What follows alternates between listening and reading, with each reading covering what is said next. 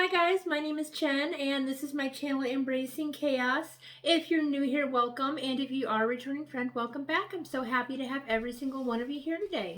Today I am here to finally share a meal prep video with you.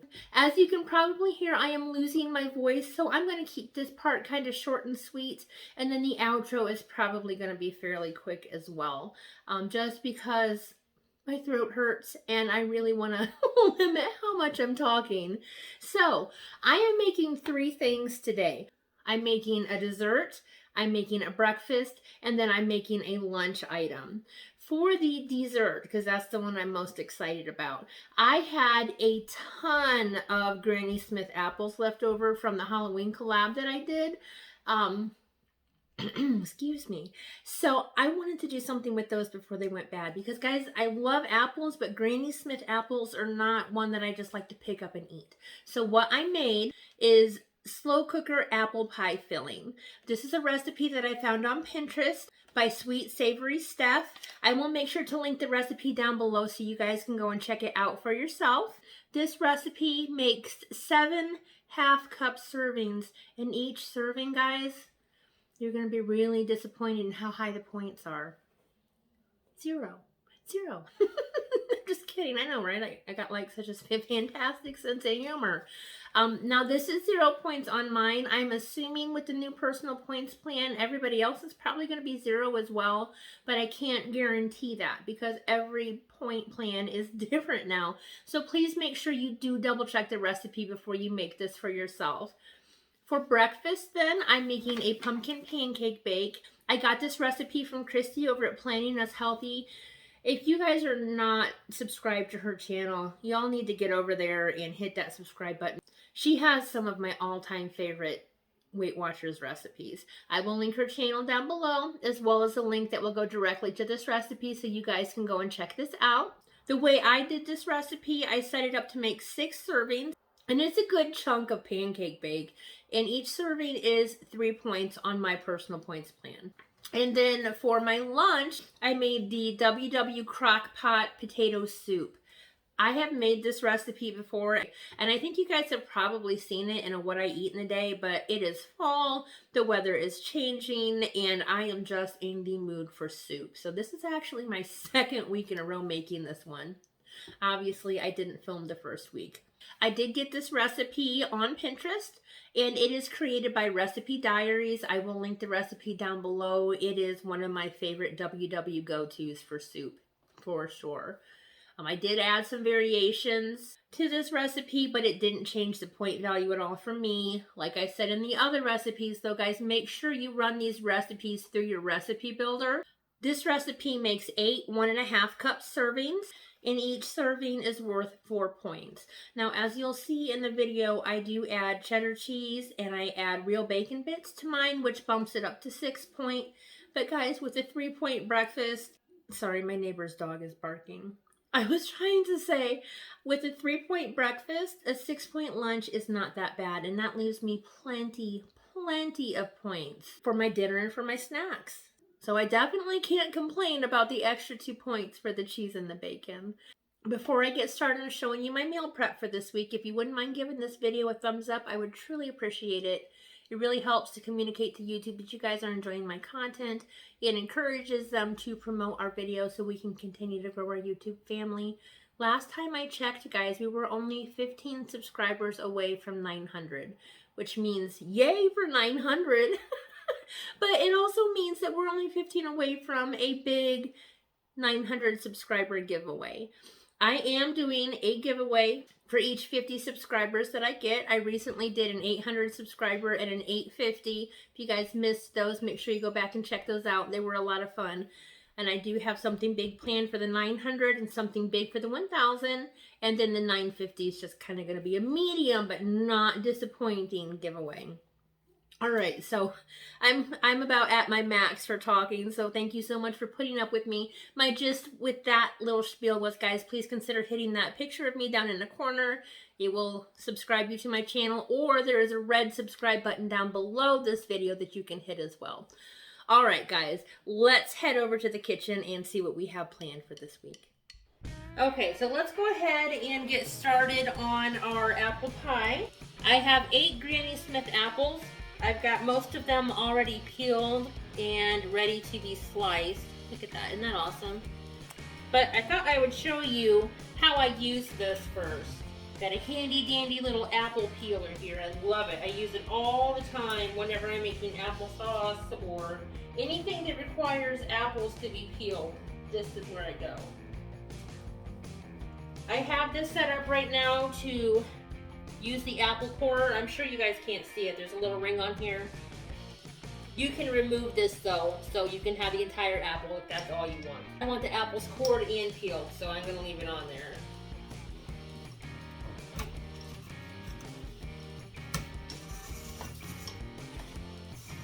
And all you do is roll it through.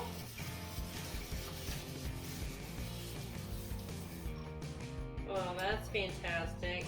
It didn't peel my last apple. Alright, so that's the gist of it. As you can see, I had the setting wrong, so I've still got some peel on it. I think what happened is I didn't get the apple core centered, so I ended up with a little peel, but I'm okay with that.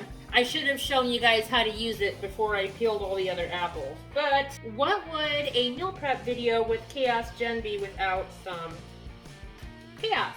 This does have a suction cup on it. Has a suction cup thingy on it, so it'll hold it to the counter. Here's the apple core that I was telling you guys about.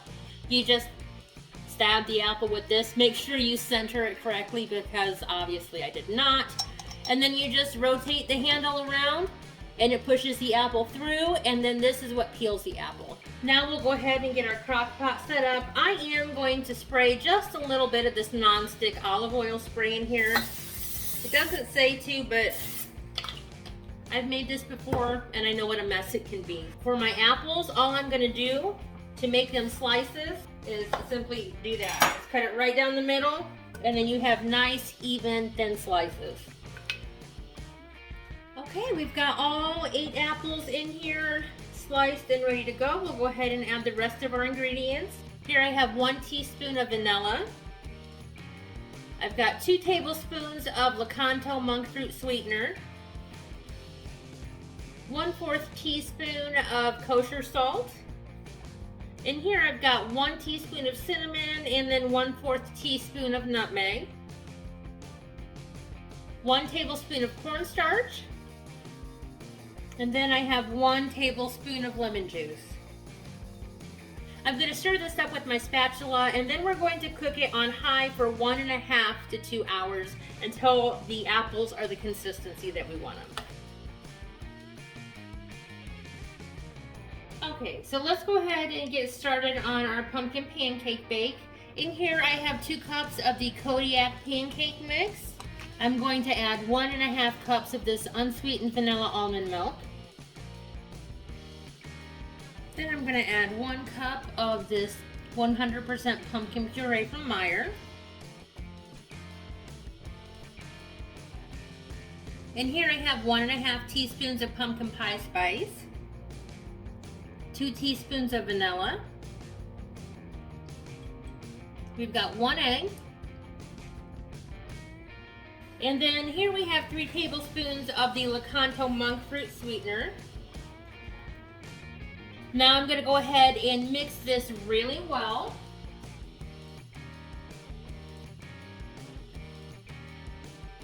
Okay, then I've got a 9 by 13 baking dish. I'm going to spray it really good, including the sides, with this Great Value olive oil spray. Then we're going to go ahead and pour this entire bowl into our baking dish.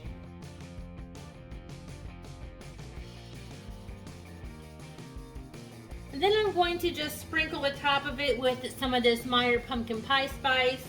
And then I've got some golden Lakanto monk fruit sweetener I'm going to sprinkle across the top too. Now, I prefer to pour this in my hand and do it because when I use the shaker, it doesn't sit on the top and I just end up with zigzags of spice. So I just want to make sure it covers all of it evenly. Alrighty, and here we have our pancake bake. I'm going to pop this in a 350-degree oven for 30 minutes. Okie dokie, and it is time to get started on our last meal prep dish. we are going to be using our Instant Pot to make some creamy potato soup. So first off, I need to start out by measuring out 32 ounces of the hash browns. These are the shredded hash browns. I don't know what is going on, but there seems to be a shortage, and all they had was a 5-pound bag. So I have to use my scale to measure out the 32 ounces of the frozen hash browns. So I've got my WW scale here. I'm gonna go ahead and clear that out, change it to ounces, and we'll just start tossing them in. Okay, and here's our 32 ounces. I'm gonna set this to the side because we'll be using that for syrup and side dishes. Next, I'm going to be adding 48 ounces of chicken broth. This is a reduced sodium. Then I'm going to be adding 3 stalks of chopped celery. The recipe does not call for this, but I like a lot of texture and crunch in my potato soup, so I'm gonna add this. We've got 1/4 teaspoon of ground black pepper, 1 10-ounce can of the healthy cream of chicken soup. It calls for a 1/2 cup of chopped onion. However, I'm going to add closer to a cup because, again, I like my soup to be kind of crunchy or just more texture to it, and I also love onions. So.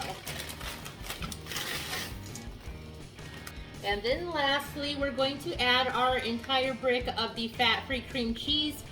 The recipe, I believe, says to add this for the last hour. However, I did that last time I made this and it didn't melt all the way. So I'm going to go ahead and add it now. The person that shared this recipe with us also added her cream cheese from the very beginning, and she didn't have any issues, so I'm going to go ahead and do that. So we've got all of our ingredients in here. I'm going to mix together what I can. The hash browns are still pretty solid. And then I'm going to go grab my Instant Pot and we'll be right back. Okay, so I've got my pot inside of my Instant Pot. I'm gonna go ahead and hit the slow cooker button. And we'll keep pushing it until we get it on normal, which is low for the Instant Pot. And then we're gonna use this plus button right here to change it to 7 hours. The recipe does say to cook it for 6 to 8 hours on low. So we'll just try 7 and see how it ends up. I'm gonna go ahead and get the lid on this, and it's gonna beep for us. And then we will be back once it's done cooking. Okay, so while we are letting our pancake bake, our apples, and our potato soup cook, I'm going to go ahead and get the side or the condiments ready for those. For the pancake bake, I'm going to be putting 2 tablespoons or 30 grams of sugar-free maple syrup into one of these little dishes. And I'm going to do one for each day. As you can see, 30 grams is a perfect amount for this cup. Now I'm just going to go ahead and do that with the other 3 cups for the week. Alrighty, I am out of the Mrs. Butterworth, so I'm switching over to the Maple Grove Farm sugar-free syrup. Alright, next I'm going to put together my sides for my potato soup. I'm going to be putting 14 grams of cheese into a cup, and then I'm going to be putting 7 grams of the real bacon bits into a cup. I'm going to try and get them both into 1 cup, but I might have to use 2. I'm not quite sure. So let's go ahead and get started on that.